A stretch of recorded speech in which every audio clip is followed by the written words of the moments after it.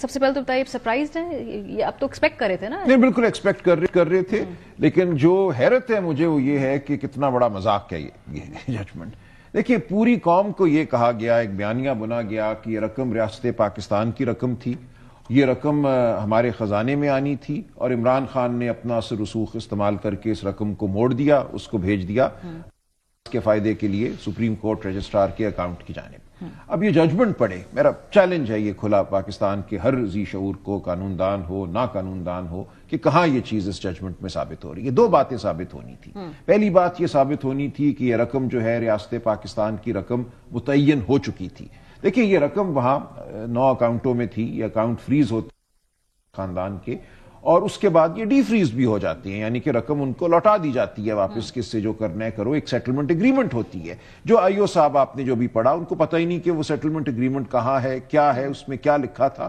تو کیسے یہ ثابت ہوا؟ یہ بات بھی بالکل واضح ہے کہ کسی عدالت نے برطانیہ میں یہ نہیں کہا کہ یہ رقم جو ہے یہ ریاست پاکستان کی رقم ہے۔ ہمارے پاس مثالیں موجود ہیں، نائجیریا کو رقمیں گئی ہیں برطانیہ سے، لیکن عدالت کے حکم کے تحت کوئی تفتیشی ادارہ، نیشنل کرائم ایجنسی ایک تفتیشی ادارہ ہے جیسے ہمارا ایف آئی اے ہے، وہ تو نہیں یہ فیصلے کر سکتے۔ آپ نے اگر ایک خاندان کے اکاؤنٹ میں ایک رقم منجمد کی ہے، اس کو اگر آپ نے ریاست کو منتقل کرنا ہے تو آپ کو کسی عدالت کا فیصلہ چاہیے تھا، ایسا نہیں ہوا، بلکہ اس کے برعکس وہاں پہ ایک معاہدہ ہوا خاندان اور این سی اے کے درمیان کہ یہ رقم ہم آپ کو لوٹا رہے ہیں، ڈی فریز کر رہے ہیں۔ اس کے بعد جیسا کہ آپ نے ابھی پڑھا، مشرق بینک کو حکم دیا خاندان نے کہ یہ رقم جو ہے پاکستان فلانے اکاؤنٹ میں رجسٹرار سپریم کورٹ کے اکاؤنٹ میں ٹرانسفر کر دو۔ تو اس میں حکومت پاکستان کا کوئی دخل ہی نہیں ہے۔ کابینہ میں 3/12/2019 کو معاملہ آتا ہے جو کہتے ہیں جی کوئی ایک خفیہ چیز تھی جس کو کابینہ سے اپروو کرایا۔ یہی ججمنٹ یہ بتا رہی ہے کہ رقم کی جو پاکستان ترسیل تھی اس سے پہلے ہونا شروع ہو گئی تھی، 102 ملین پاؤنڈ جو ہیں اس سے پہلے آ چکے تھے، یعنی کہ کابینہ میں جو بھی کچھ ہوا، اپروو ہوا نہیں اپروو ہوا، یہ رقم تو آ رہی تھی براہ راست کے اکاؤنٹوں سے پاکستان میں رجسٹرار سپریم کورٹ کے اکاؤنٹ میں۔ اس کا اس 3/12 کے معاملے سے کوئی بظاہر تعلق نہیں ہے۔ اچھا یہ ساری باتیں جو ہیں جج صاحب نے کوئی توجہ نہیں دی، اس فیصلے میں کوئی ذکر نہیں ہے۔